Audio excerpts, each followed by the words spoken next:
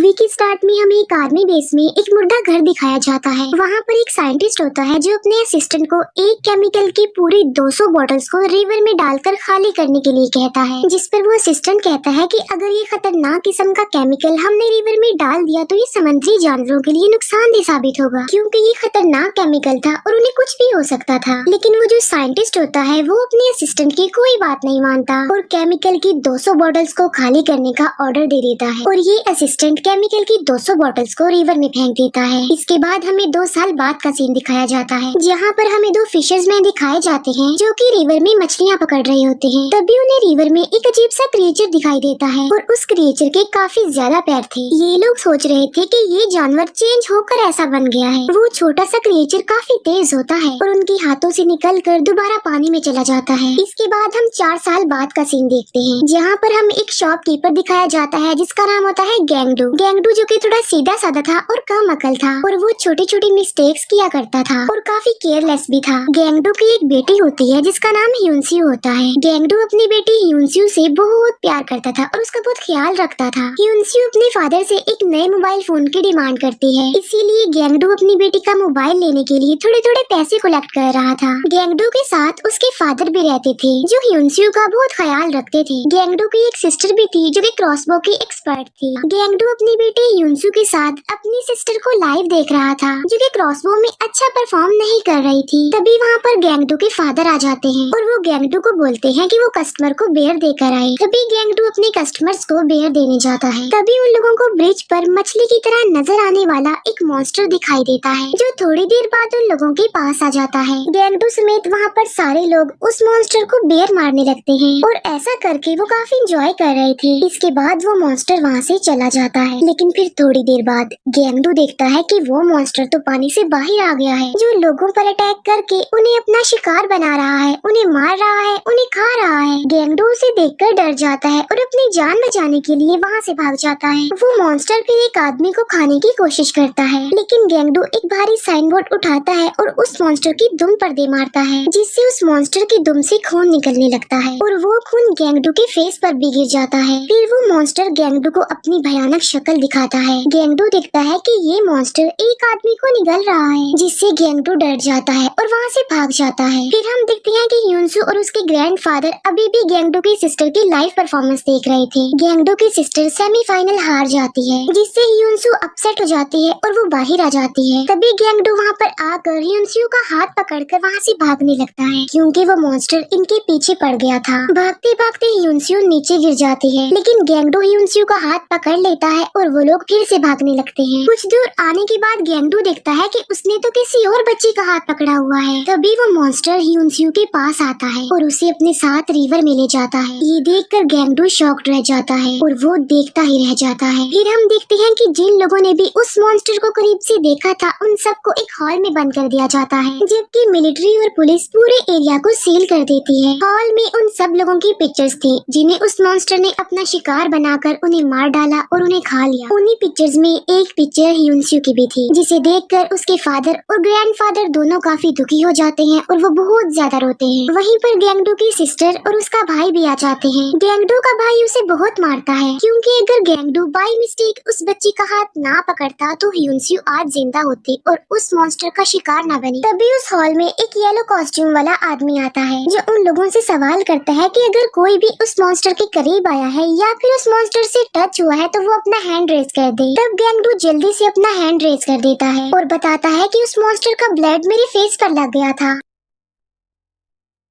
ये सुनते ही वो आदमी अपने बाकी आदमियों को कहकर गैंगडू को पकड़वा लेता है और कहता है कि जरूर इसमें भी वो वायरस होगा जो उस मॉन्स्टर में है। फिर हम देखते हैं कि गैंगडू की पूरी फैमिली और वो लोग जिन्होंने उस मॉन्स्टर को देखा था वो सब के सब लोग डॉक्टर्स के अंडर थे। रात को गैंगडू के पास किसी की कॉल आती है। जब गैंगडू कॉल रिसीव करता है तो वो कॉल उसकी बेटी की ह्यूनसू की होती है। ह्यूनसू अपने फादर गैंगडू को कहती है कि पापा प्लीज मुझे बचा लीजिए। गैंगडू ह्यूनसू से पूछता है कि इस वक्त तुम कहाँ पर हो, जिस पर ह्यूनसू ह्यूनस्यू कहती है कि मैं एक ब्रिज के नाले में हूँ जहाँ पर मेरे अलावा और भी लोग हैं। ये सुनकर गैंगडू और उसकी फैमिली खुश हो जाती है क्योंकि ह्यूनस्यू जिंदा जो थी। और नेक्स्ट डे वो लोग इस बारे में पुलिस को इन्फॉर्म करते हैं, जिस पर पुलिस वाला कहता है कि गैंगडू की बॉडी में वो वायरस तेजी से फैलता जा रहा है, इसीलिए ये पागल बनता जा रहा है और ऐसी बातें कर रहा है। ये कहते ही वो पुलिस ऑफिसर इनकार कर देता है कि मैं तुम्हारी हेल्प नहीं करूँगा। लेकिन गैंगडू के फादर का एक फ्रेंड पुलिस ऑफिसर होता है, जिसकी मदद लेकर वो लोग यहाँ से भागने में कामयाब हो जाते हैं। ये लोग अपने साथ गन्स और कुछ वेपन्स ले लेते हैं और कुछ जरूरी सामान भी। फिर ये लोग चेकिंग एरिया से गुजरते हुए आगे बढ़ते हैं, लेकिन चेकिंग एरिया में एक ऑफिसर इन्हें आगे जाने नहीं देता क्योंकि ब्लॉक एरिया में जाने के लिए उन्हें आईडी कार्ड्स की जरूरत थी और उन लोगों के पास उस वक्त आईडी कार्ड्स नहीं थे। लेकिन फिर गैंगडू के फादर उससे वो पैसे ले लेते हैं जो उन्होंने ह्यूनस्यू का मोबाइल लेने के लिए कलेक्ट किए थे। गैंगडू का फादर वो पैसे उस ऑफिसर को दे देता है और कहता है कि सॉरी, इस बार तो हम आईडी कार्ड्स भूल आए हैं, तो आप इससे काम चला लीजिए। इसके बाद वो लोग आगे बढ़ जाते हैं। फिर हम देखते हैं कि वो मॉन्स्टर दो येलो कॉस्ट्यूम वाले आदमियों को अपना शिकार बना लेता है और उन्हें भी उसी ब्रिज के नाले में लाकर रख देता है। वो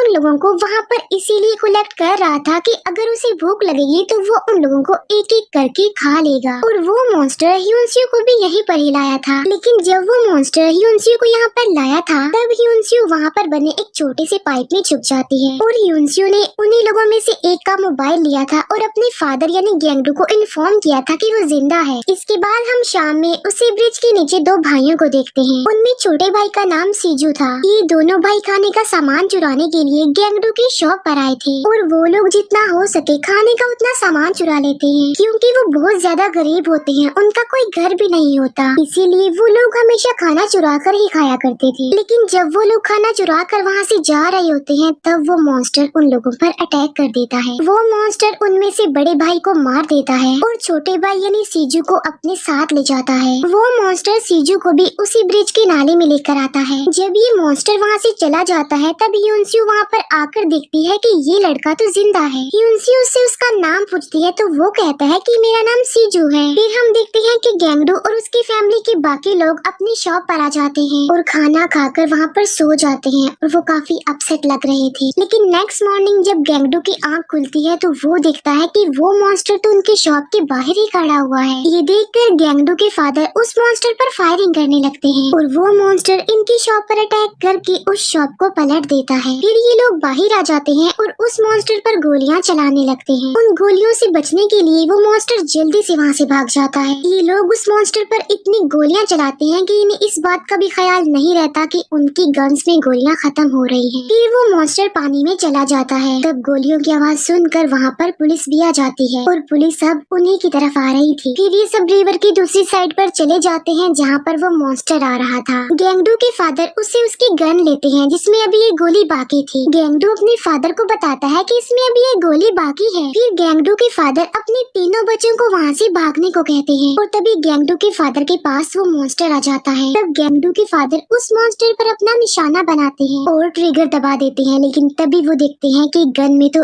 एक भी गोली नहीं थी। तभी गैंगडू को भी रियलाइज होता है कि गन में तो गोलियां खत्म हो चुकी थी, एक भी गोली नहीं थी। तभी वो मॉन्स्टर गैंगडू के फादर को हिट करता है और दोबारा से रिवर में चला जाता है। गैंगडू अपने फादर के पास आता है तो वो देखता है कि उसके फादर तो मर चुके हैं। अपने फादर को खोकर गैंगडू बहुत दुखी हो जाता है और वो रोने लगता है और पुलिस भी उन लोगों के पास आ चुकी थी। तब गैंगडू अपनी सिस्टर और भाई को वहाँ से भागने के लिए कहता है, लेकिन गैंगडू अपने फादर को अकेला छोड़कर नहीं जा सकता था, इसीलिए वो अपने आप को पुलिस के हवाले कर देता है और पुलिस गैंगडू को पकड़कर अपने साथ ले जाती है। गैंगडू का भाई अपने फ्रेंड को कहता है कि ह्यूनस्यू की कॉल को ट्रेस करो और वो कॉल ट्रैकर गैंगडू के भाई की हेल्प करता है। और यहाँ पर हमें पता चलता है कि उस कॉल ट्रैकर ने अपने फ्रेंड यानी गैंगडू के भाई के साथ ट्रिक की है। असल में पुलिस ने गैंगडू की पूरी फैमिली को पकड़ने पर इनाम रखा था क्योंकि वो लोग उस मॉन्स्टर के टच में जो थे। अब क्योंकि गैंगडू तो पकड़ा गया था, लेकिन गैंगडू की बहन और भाई को पकड़ने के लिए अभी भी इनाम रखा था पुलिस ने।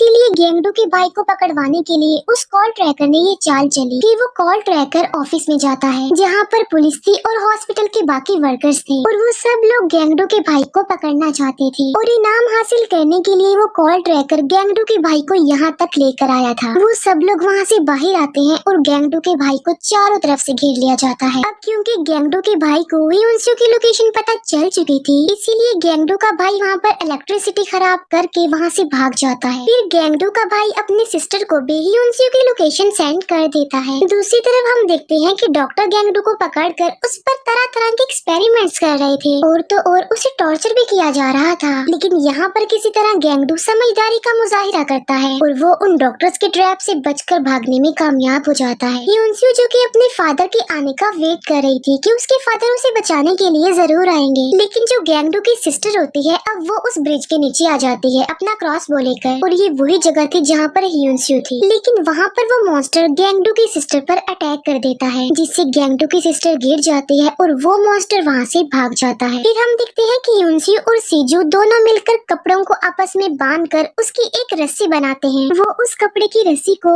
ऊपर लगी लोहे की जाली पर फेंकते हैं, लेकिन कपड़े की वो रस्सी छोटी रह जाती है और यहाँ से बचकर निकलने का मौका भी अब उनके हाथ से निकल चुका था। इसके बाद गेंगडू का भाई भी उस ब्रिज के नीचे आ जाता है जहाँ पर उसे एक होमलेस आदमी मिलता है। तब गेंगडू का भाई उस होमलेस आदमी की मदद लेकर एक पेट्रोल बम बनाने में कामयाब हो जाता है। फिर वो लोग उस तरफ जा रहे होते हैं जहाँ पर वो मॉन्स्टर था और गेंगडू को भी ह्योन्सू की लोकेशन पता चल चुकी थी और इसीलिए वो उस नाले को ढूंढ लेता है जहाँ पर ह्योन्सू थी। लेकिन उस वक्त ह्योन्सू और वो छोटा बच्चा सीजू दोनों उस मॉन्स्टर के मुंह में थे। फिर हम देखते हैं कि लोग सड़कों पर आकर प्रोटेस्ट कर रहे थे कि आखिर डॉक्टर्स ने गेंगडू पर इतना टॉर्चर क्यों किया। फिर वो मॉन्स्टर उन लोगों की भीड़ की तरफ आ जाता है जिससे वो सारे लोग वहाँ से बचकर भाग जाते हैं और वहीं पर गेंगडू और उसके सिबलिंग्स भी आ जाते हैं। साइंटिस्ट ने उस मॉन्स्टर को पकड़ने के लिए एक गैस बनाई थी और वो उस गैस को उस मॉन्स्टर पर डालते हैं जिससे ये मॉन्स्टर तड़पता हुआ जमीन पर गिरता है और बेहोश हो जाता है। इसी दौरान गेंगडू अपनी बेटी ह्योन्सू और उस छोटे बच्चे सीजू को उस मॉन्स्टर के मुंह से निकाल लेता है, लेकिन अब काफी देर हो चुकी थी क्योंकि ह्योन्सू मर चुकी थी। लेकिन वो जो छोटा बच्चा सीजू था वो अभी जिंदा था। फिर वो मॉन्स्टर दोबारा से उठकर उन लोगों पर अटैक करने वाला होता है। तब वो होमलेस आदमी पेट्रोल की पूरी कैन उस मॉन्स्टर के मुंह में डाल देता है और गेंगडू की सिस्टर अपनी कमान पर आग वाला तीर लेकर उस मॉन्स्टर की तरफ फेंकती है जिससे उस मॉन्स्टर में आग लग जाती है और वो जलने लगता है। ये मॉन्स्टर अपनी जान बचाने के लिए पानी की तरफ भागता है, लेकिन तभी सामने से गेंगडू आ जाता है और वो उस मॉन्स्टर के मुंह में एक रॉड घुसा देता है और उसे मार डालता है। अब गेंगडू ने उस मॉन्स्टर को तो मार दिया था, लेकिन इस बीच उसने अपने बहुत प्यारे लोग अपने फादर और अपनी बेटी को खो दिया। अब क्योंकि सीजू भी होमलेस था और उसका इस दुनिया में कोई नहीं था, इसीलिए गेंगडू उसे अडॉप्ट कर लेता है और अपना बेटा बना लेता है। अब गेंगडू जो कि एक काफी अच्छा और समझदार इंसान बन गया था और वो अपनी शॉप को भी काफी अच्छे से लेकर चल रहा था और वो सीजू से बिल्कुल ऐसे ही प्यार करता है जैसे वो उसका अपना ही बेटा हो। और यहीं पर ये मूवी एंड हो जाती है। Thank you for watching.